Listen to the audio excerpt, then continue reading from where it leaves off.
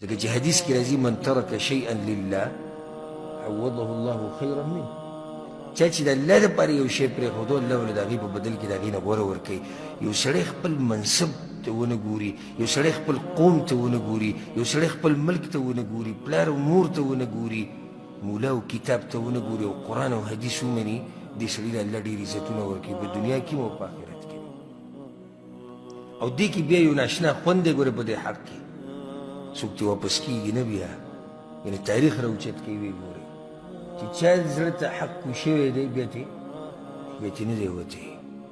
چې په صحیح معنو سره کوږ شي. خو چې د مخکې نیت ګډوډي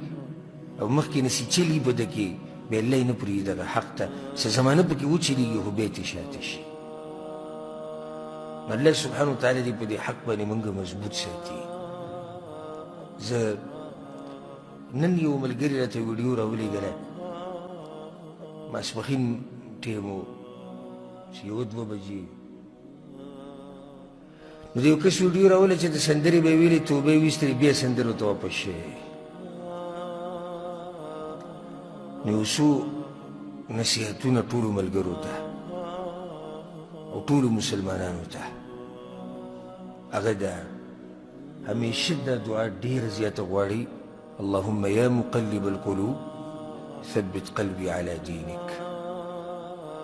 په تاریخ کې داسې کسان تېر شوي دي چې هغوی علمونه کړي دي او کتابونه یې لیکلي دي او په آخر زمانه کې مرتد شوي دي. داسې خلک هم تېر شوي مرتد شوي دي، یعنې د دین نه اورېدلي دي بلکل. دا خو داسې دومره دی چې یو سړی بېدینه او دین طرف ته توجه شو، اوس بیا بېدینه شو، خو کافر شوی خو نه دی، اوس څه شو؟ بېدینه شو، بیا واپس شو. یوه خبره دا یاده ساتئ چې همیشه دا دعا په سجده کې په عامو اوقاتو کې ډېره وایي، اللهم یا مقلب القلوب ثبت قلبي على دينك. همیشه دا خبره کوئ. دویمه خبره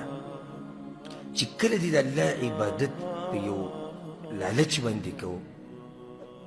په دنیوي لالچ باندې، نو ته ډېر وخت په دین کې مخکې نشي تللی. کله چې دې مقصد یو لالچ والعیاذ بالله، الله څه وایي؟ ومن الناس من يعبد الله على حرف. بعض کسان الله وایي زما بندګي دي چې بس لالچ ورته وکړي، مقصد یې زړه کې صحیح چې یاره که دا میله وشو ډېره مزه به وکړي، که دا میله وشو. حال د دې سړي څه دی؟ ومن الناس من يعبد الله على حرف فإن أصابه خير اطمأن به. که چېرته څه خیر ورته میلاو شي، دنیا ورته میلاو شي، مال ورته میلاو شي، شهرت ورته میلاو شي، اطمأن به، وزار شم او قربان شم د دین نه. هلته اصل کې د کار د دین سره نه ده، خو څه چلو شو؟ دنیا پکې میلاو شوه، خیر پکې ورسېد، ده ته څه فایده ورته میلاو شوه. او چې کله په امتحان راشي، وإن أصابته فتنة انقلب على وجهه. او که چېرته څه امتحان پرې راشي او مصیبت پرې راشي، انقلب على وجهه، به شا کې دې دین ته روان شي. لکه ولې؟ هغوی هغه څه چې موږ غوښتو هغه نه وو. الله څه وایي؟ خسر الدنيا والآخرة. تاواني شوه د دنیا و آخرت، هر څه یې وبېللی، دنیا یې وبېلله، آخرت یې وبېلو. زموږ ټولو ملګرو ته دا نصیحت دی چې د الله بندګي به په دې لږه نه کوئ چې الله به ماله شهرت راکړي، الله به ماله مال ډېر راکړي، الله به بچي راکړي. صحیح ده، دا امیدونه به د الله نه ساتو موږ، بنیادي مسله به زموږ دی او د الله سره به عهد او لوز زموږ ټولو دی چې موږ بندګي یا الله صرف دې دپاره کوو چې تا راضي کړو، او د دې دپاره به د الله بندګي کوو چې جنت ته لاړ شو، د جهنم نه ځان بچ کړو. که غریبانان کېږو، که مالداره کېږو، که څوک هم وژني، که څوک هم ټوټې ټوټې کوي، که څوک راته سپکې سپورې وایي، که څوک هم ذلیله کوي، که څوک هم شړي، که څوک را سره هر څه کوي، خو د حق نه به نه وو. دا خبره یاد ساتئ. ورې او دا درته ذکر کم چې کله دې دعوه د دین وکړه بیا به د باندې امتحانونه راځي دا د الله ناشنا طریقه ده ګورې اوس یو سړی وایي زه دیندار وم ږیره مې غټه کړې وه ښه غټه ږیره مې وویې او مسواک را سره جیب کې پروت او پیسې مې د ګیټو نه بره ساتلې خو مزدوري راته میلاو نه شوه اوس ناشنا خبره تا ږیره دې دپاره ساتلې وه ته مونځ اودس دې دپاره کوې چې تا ته به دنیا میلاویږي نو راشه واوره پیغمبر صلی الله علیه وسلم وی اشد الناس بلاء په خلکو کې چې د ټولو نه زیات امتحان په چا باندې راځي او ډېرې سختې په خلکو راځي نو هغه پیغمبران دي د پیغمبرانو نه زیات الله ته نږدې څوک شته نشته نو چې د دې اوچت مخلوق دا حال دی چې دوی سره د هغه دیندارۍ دا حال له مصیبتونه پرې راځي نو په بل بیا چې د دوی په لار باندې روان او دعوه کوي نو په هغه هم بیا داسې امتحانونه راځي په خوله دعوه کول ډېر اسان کار دی چې زه حق منم ما دا خبره دې پورې راواغسته چې حق ته غاړه ایښوده دا ډېر ګران کار دی او بیا په حق باندې مضبوط ودرېده دا د هغې نه هم ګران کار دی دوه خبرې یو حق منل او بیا هغې ودرېده او په دواړو کې ګران دا دویم دی یو سړی حق مني پاو ساعت له به یې ومني نیمې ګنټې له به یې ومني ورځ له به یې ومني بس دلته ګرم ګرم شي موږ چې حق ومنو بس سلفیت منهج زار شه او قربان شه ته وایي او خو ته پته ولګي چې دا مسلې حقې دي خو چې کور ته ورشي او کاکا ورته ووایي او دادا ورته ووایي او پلانی ورته ووایي چې د جیداد نه به دې وباسم دې بیا راشي بنګ بنګ کوي زموږ هغه ماما وي ډېر تریخ خوی دی او زموږ دغه پلار ډېر تریخ خوی دی نو ولې تا دا حق د دوی دپاره منلی ته دومره کمزوری شو چې جیداد یې دنه واخیستو او تا ته دمکي درکوي چې جیداد نه به یې لرې کړم تا حق پرېښو دلیل دی په دې باندې چې حق تا په هغه اولنۍ ورځ د زړه نه و منلی که تا حق د زړه نه منلی وی که نه نو بیا به داسې نه وی یو ښکلې واقعه د ابراهیم علیه السلام موږ بیان کړې وه تفسیر په درسونو کې سورت مریم کې قال راغب انت عن آلهتي یا ابراهیم های ابراهیم وی ابراهیم علیه السلام ته یو پلار دغه حاضر ښه وی لکه زمونږ په دې دین کې ستا طبیعت نه لګي زمونږ د بوتان ستا نه دي خوښ زمونږ د معبودان ستا نه دي خوښ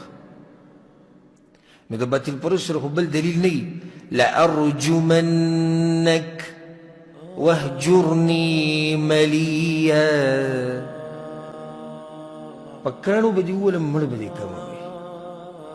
د کمې خبرې چې تا شروع کړي دا نه وي که نه په کاڼو به دې وولم څه به دې کوم مړ به دې کم واهجرني ملیا او زه ورک شه د ډېر وخته پورې زما د مخې نه ځه هر څه نه یې وویستو ویې ویستو که ویې نه ویستو د کلي نه د کور نه د خپلوانو نه هر څه زه ویې ځه ابراهیم علیه السلام مخې ته ځان ته یو نمونه جوړه کړه الله په قرآن کې ویلي دي چې ستاسو لپاره ښایسته نمونه ده په ابراهیم علیه السلام کې هغه څه ووایي قال سلام علیک ای پلار سلامتیا دي په تا باندې زه لاړم خو نو هغه جیداد پرېږدې سلام دي په تا باندې وي زه لاړم کور د نه پاتې شو وي سلام دي زه لاړم خاندان قبیله کوم ځای کې چې ته پیدا شوی هغه هر څه د نه پاتې کېږي وایي سلامتیا دي په تا باندې زه لاړم حق به د هر څه نه بره ساتي دین به په هر څه باندې زورور ساتي ساتي به که نه پوه عزم وکړئ دا چې چېرته به د چا د لاسه خپل دینداري نه کمزوری کړي دینداري نه کمزوري کوئ که په روډ کې د سوال کوو که نه سوال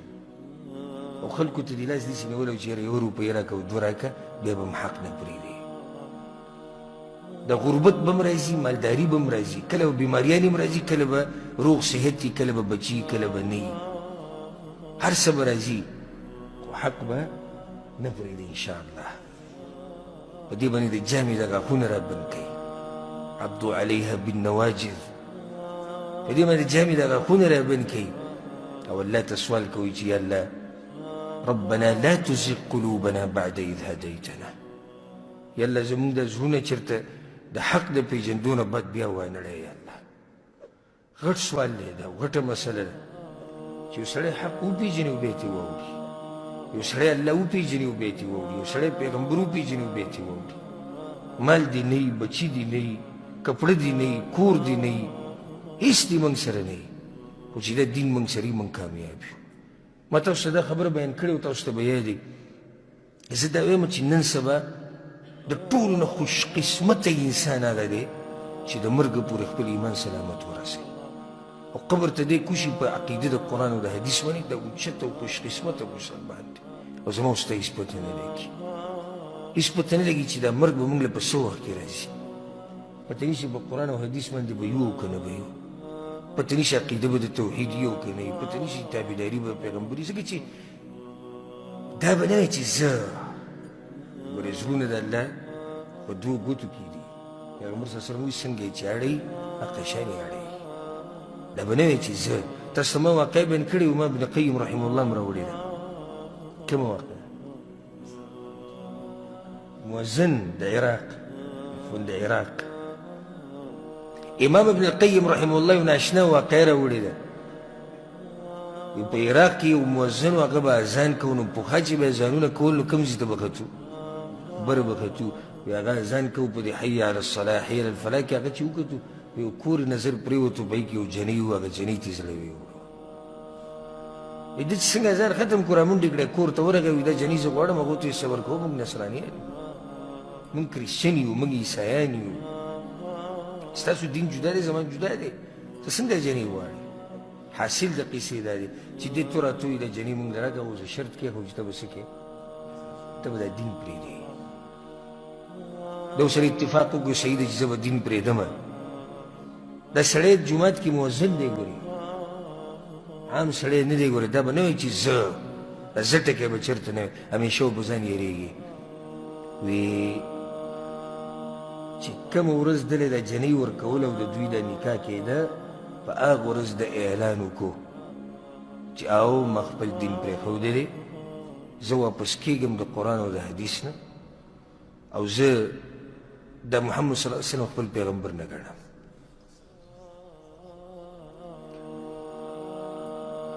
نو جنۍ وله ورکړه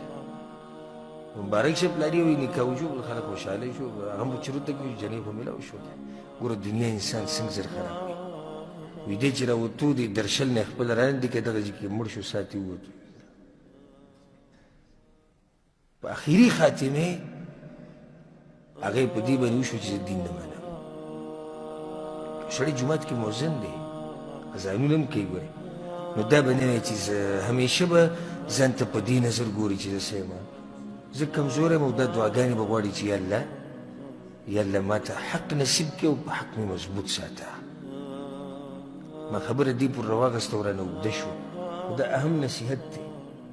او د یو عالم او د داعي دا کار دی چې دی به وخت په وخت د امت تربیت کوي په هره مسله کې چې راپېښه شي دی به تربیت کوي نو دا یو اهمه مسله وه چې تاسو ته مې مخې ته کړه چې چېرته به بندګي په دې لالچ نه کوئ صرف چې الله به ماله څه راکوي دنیا راکوي نه بنیادي مسله دا ده موږ چې بندګي کوو دې لپاره کوو چې الله دې لپاره موږ پیدا کړي وو په دې باندې الله راځي